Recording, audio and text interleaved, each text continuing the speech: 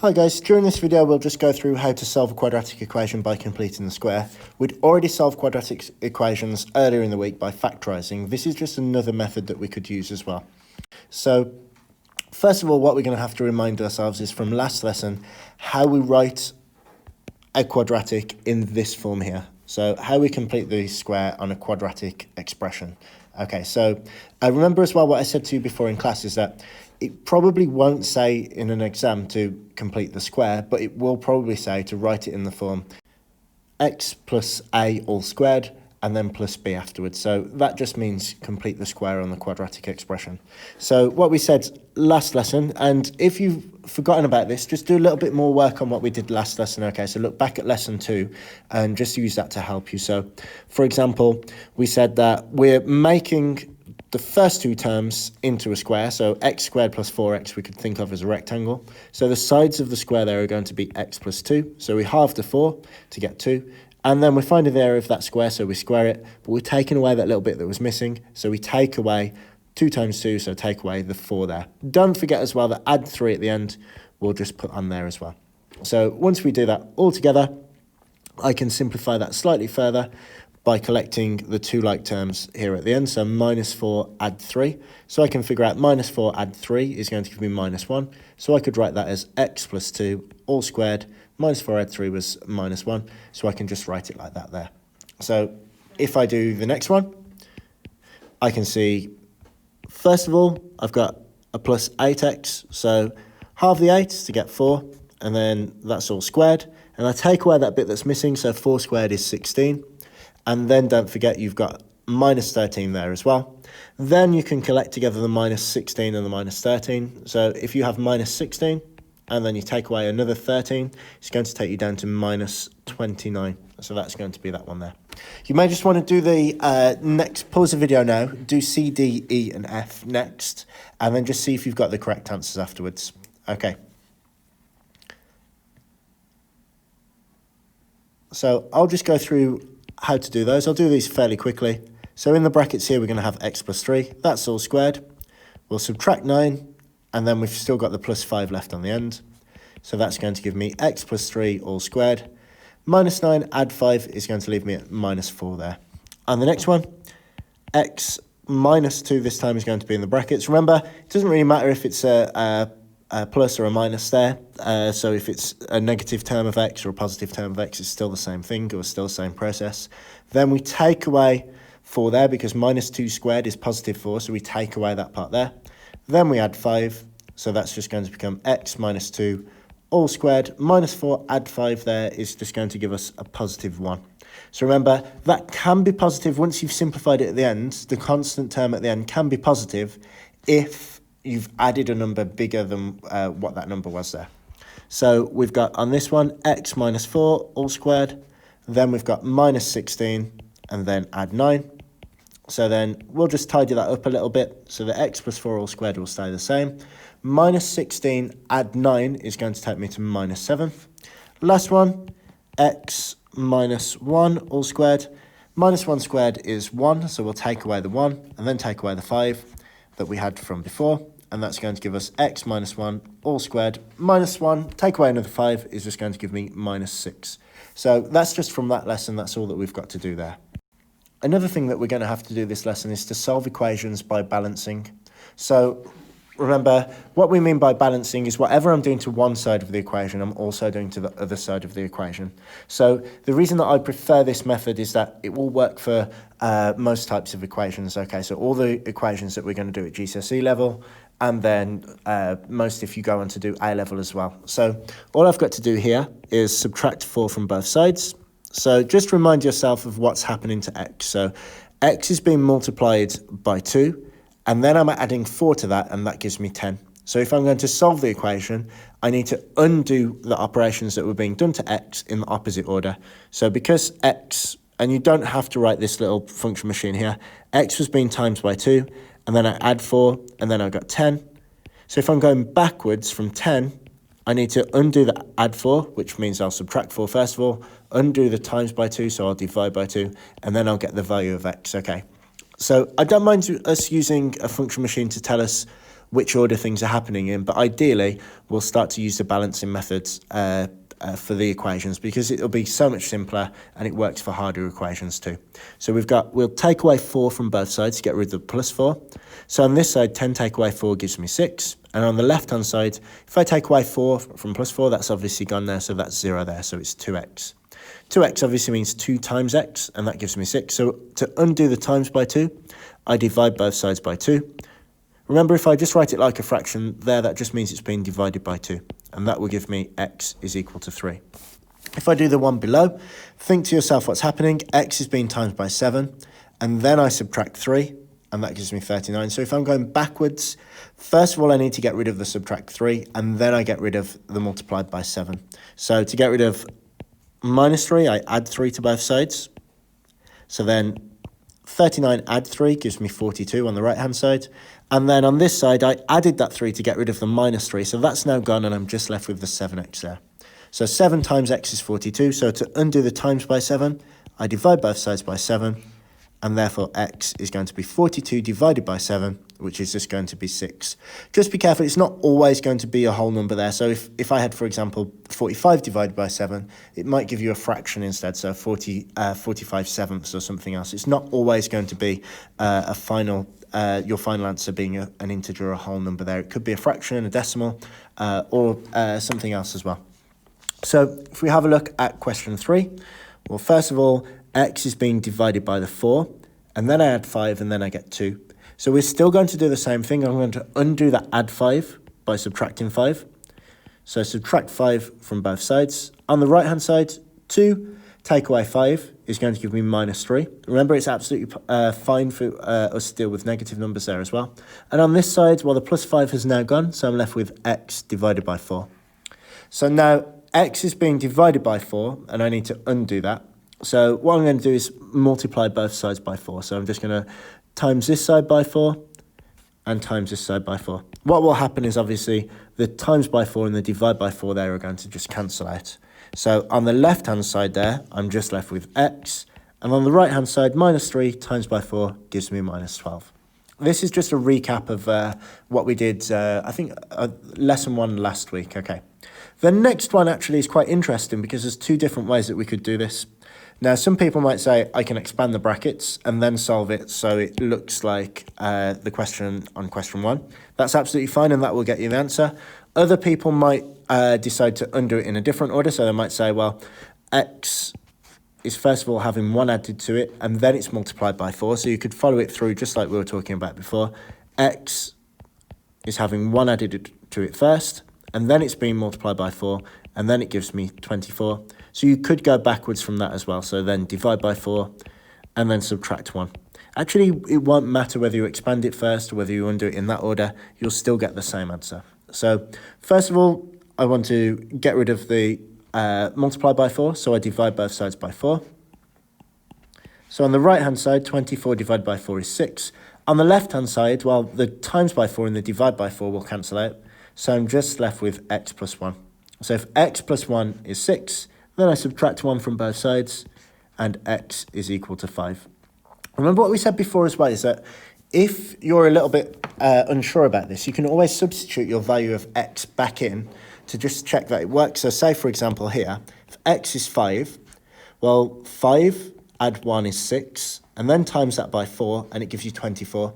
If you don't get that both sides of the equation are equal to one another, that means that something's gone wrong. Let's just do another one on question 2 here. So it says 7x minus 3 is 39. If I'd calculated that x is 6, 7 times 6 is 42.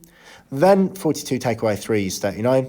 Both sides give me 39, so therefore it's right. Okay, let's try it on number 1, but with a wrong answer this time. So let's say that I'd mistakenly got that x is equal to 2 instead. So if I put 2 times 2, which gives me 4, and then I add 4, it gives me 8. So this side would give me 8, and this side would give me 10. Well, those two aren't equal, so x cannot be 2 there. So you have to. So that's always a way of checking any equation to see if you've got the right answer. So if I do that the right way this time, if x is 3, 2 times 3 is 6, add 4 gives you 10. So if both sides give you or equal to each other, then the equation is true. So therefore, your working is correct there, or the value you've got for x is right.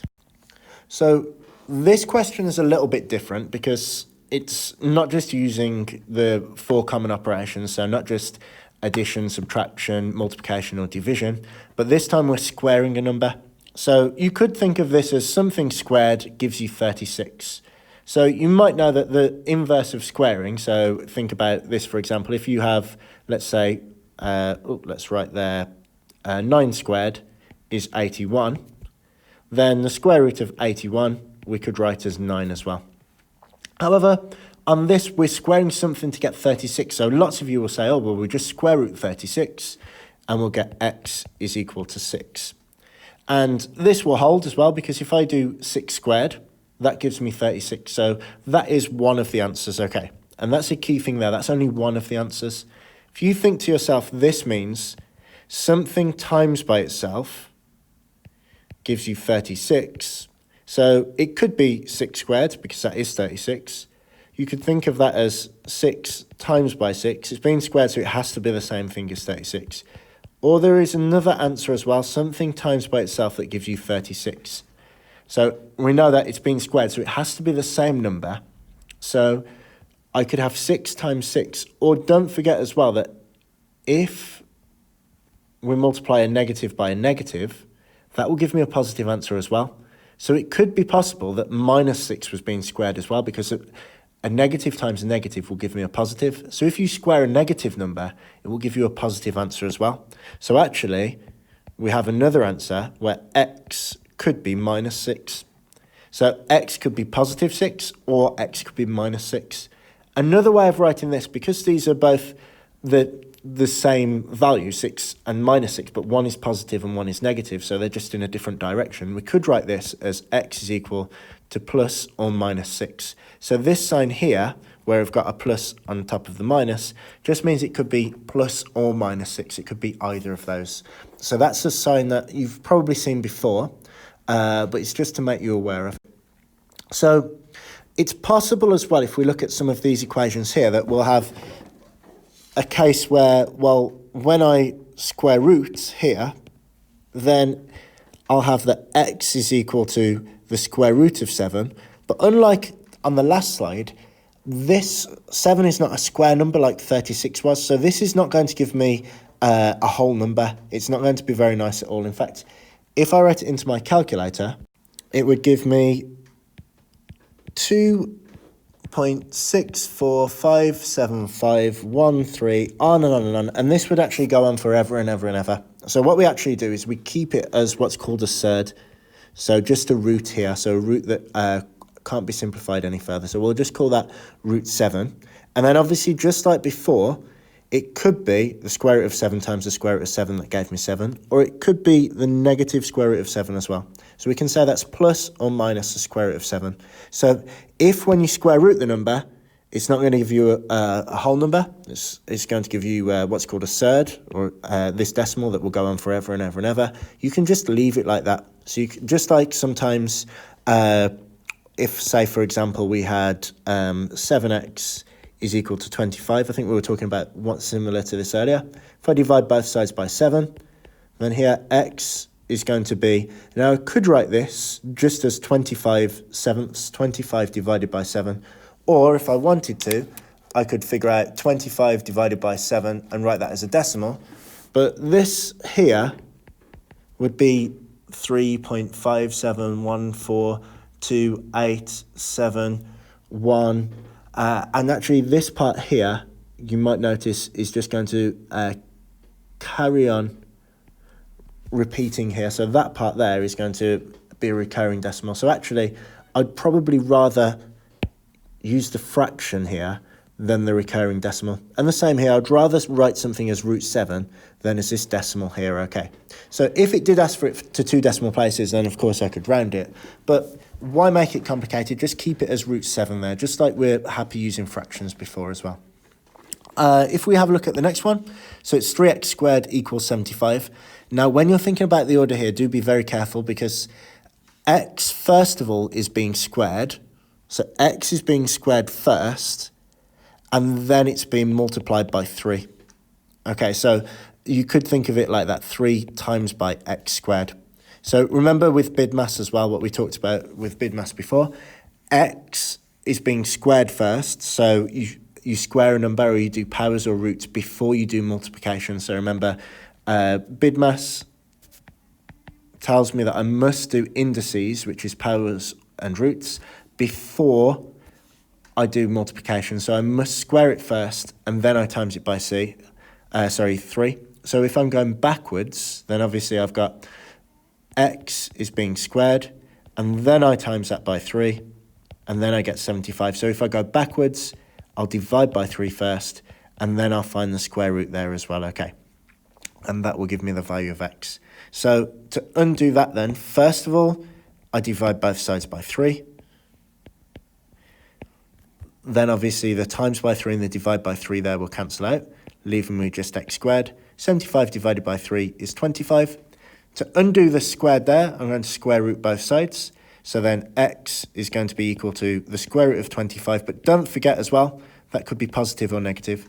Now in this situation, the square root of 25 is going to give me a whole number. It's going to give me 5. So I could write that as x is equal to plus or minus 5. That's the shortest way I could write it, but it's absolutely fine if you want to write x equals 5 or minus 5. That's absolutely fine, okay.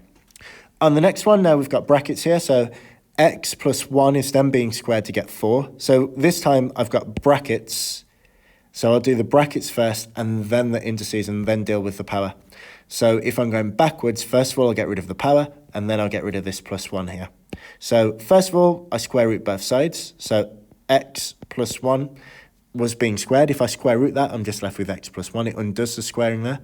And then on this side, I'm going to do the square root of 4. Don't forget, though, that this could be positive or negative. Now, obviously, at this stage, I know the square root of 4 is going to be 2. So that could be plus or minus 2. So now you're probably thinking to yourself, well, I've sort of got two answers here. It could be x plus 1 is equal to plus 2 and x plus 1 is equal to minus 2. So what I could do here is either to split it into two separate equations. So x plus 1 is equal to positive 2. And then x plus 1 is equal to negative 2. And then solve both of those. So take 1 away from both sides here. So x is equal to 1. Take 1 away from both sides here.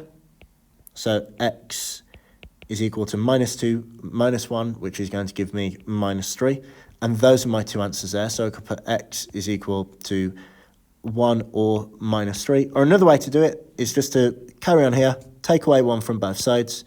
And what we normally do is we put the whole number before the third, so it's going to be minus 1 plus or minus 2. And that's actually still going to give me the same answer. So if I do minus 1 add 2, then that's going to give me 1. And then if I did the minus 1 take away 2, that gives me the minus 3. So it doesn't really matter which way I do it there, okay? So that's absolutely fine. The next one's quite similar. First step I'm going to do is to square root both sides. So x minus 5 is equal to the square root of 36. That's going to be 6. And remember, it could have been positive 6 or negative 6, so I can write that there. Then after that, I need to get rid of the minus 5, so add 5 to both sides. So x is equal to 5 plus or minus 6. So there's going to be two answers here. One where x is equal to 5, add 6.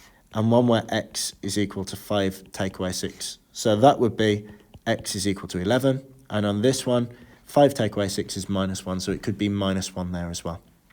Remember what we said before as well is that what you can actually do is check your answers by substituting as well. So if this is all new and you're not entirely sure if you're getting it right, think to yourself, obviously you have the questions on the answers on the questions that you could use. Or as a quick check, which you could also do in exams, is to think to yourself, well, if x is equal to 11, let's put x into the original equation. 11 minus 5 is 6. 6 squared gives you 36, so it's right. And you could check the other one in the same way.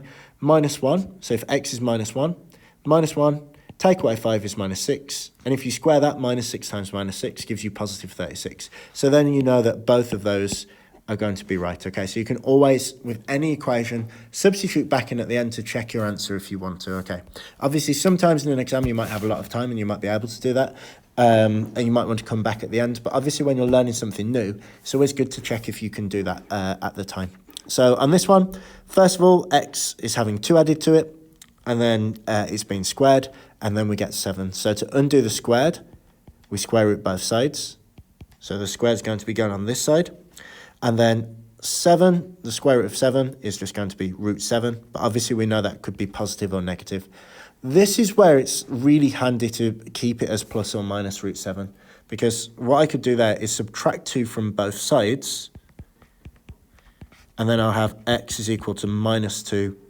And then I can just leave that as plus or minus root 7. I don't have to write it as 2 separate ones. I don't have to write minus 2 plus root 7 and minus 2 minus root 7, because this just shows it could be both of them. So that shows both answers within it. Okay, these are just one step harder. So you're thinking to yourself on the top one, x is having 2 added to it, then it's being squared, then I subtract 7, and then I get 18. So if we're undoing that, we're doing it in the opposite direction. So add 7 to both sides. On the right-hand side, 18 add 7 is 25. And on the left-hand side, I've just got x plus 2 all squared. Now, this is very similar to what we were just looking at now. So to get rid of the squared here, square root both sides. So that's going to give me the square root of 25, which is 5. But remember, that could be plus 5 or minus 5. Then I can subtract 2 from both sides. So x is equal to negative 2 plus or minus 5. Then afterwards, because these can be worked out as whole numbers, I could say that x is equal to minus 2 add 5, which is 3, and minus 2 minus 5, which is minus 7. So x is equal to 3 or minus 7, and that's absolutely fine there as well. If you kept it like this here, because this can be figured out, then you might lose some marks. So make sure if you can figure it out, then you do figure it out just like this. Okay.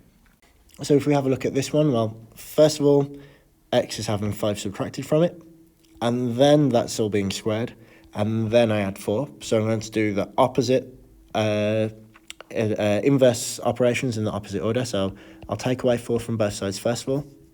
So I have x minus 5 all squared is equal to 21, take away 4, which is 17. Then I need to get rid of the squared, so I'll square root both sides. So I'll have on one side x minus 5 is equal to the square root of 17. And remember, the square root of 17 is going to give me a decimal that goes on forever and ever, so what we call a surd. So we'll just keep it as root 17. But remember, I've put the plus or negative because it could be a positive or a negative root 17. And then afterwards, I will add the 5 to both sides. So I'm left with x is equal to 5 plus or minus the square root of 17.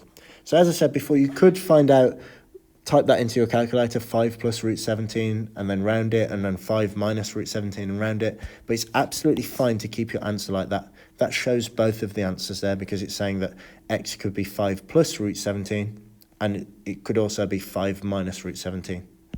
So now this part is just one more step. So first of all, we're going to complete the square, and then it's going to look like what we did on the last slide. So for the first part here, I've got x squared plus 6x minus 1. So if I complete the square, what's going to go in the brackets? I'm just completing the square for the left-hand side. Half of 6 is going to give me 3, so that will give me x plus 3 all squared.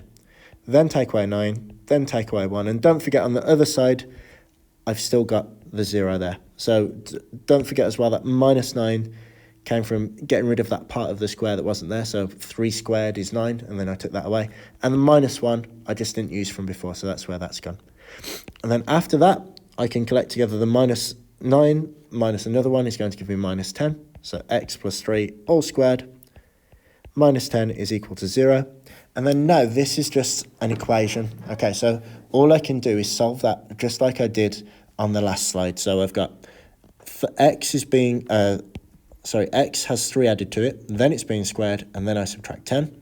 So all I can do is, first of all, add 10 to both sides.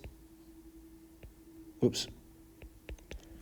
And that's going to give me x plus 3 all squared is equal to 10. And then it's all being squared, so I square root both sides. So x plus 3 is equal to the square root of 10. And don't forget that could be positive or negative. So I put plus or minus root 10. And then I subtract 3 from both sides. And then I'll have x is equal to minus 3 plus or minus root 10. Now, some people may say at this stage, well, if I subtract 3 there, couldn't I write it like this? The reason that I write it as I did here is just because this may get confused with this here. So this obviously just means plus or minus root 10 minus 3, so that would be root 7, which is completely plus or minus root 7, which is completely different to what we're looking at here. So normally we'll just put the whole number first, whether it's positive or negative. Like in this case, we've got the plus 3, and then plus or minus the third part there, so the root part there at the end. Okay, so we don't want to do that. We want it to look like this at the end. Okay, so you might want to just pause the video now and have a go and see if you can do those other 5 questions there, so from B to F. I'll just put the answers on the next slide in just a moment. Okay, so here are the answers. For the first step, I've just completed the square on the expression on the left-hand side. So x squared plus 4x plus 3 here just became x plus 2 all squared minus 1. And then for the second step, I just solved that equation. And then here I got x equals minus 2 plus or minus root 1. This one I could do an extra step because I know that root 1 is just 1. So therefore it'll be minus 2 add 1, which is minus 1. And if I did minus 2 take away 1, well then that's going to be minus 3. On these questions here, so on C, on E and on F, I was left with, for example, root 3 or root 10 or root 35. So they're not square numbers, so I can just keep those as they are. Sometimes we'll get onto a later point how sometimes the surds might simplify to a simpler surd, but we don't need to worry about that at the moment. And on question D here, because I had root 4, well, root 4 is 2, so I've got 2 answers, minus 1 plus 2, which it will just be 1, and then minus 1 minus 2, which will be minus 3 there. As usual, let me know if there's any problems whatsoever, either on Show My Homework or on or by email, and I hope to hear from you soon. Bye-bye.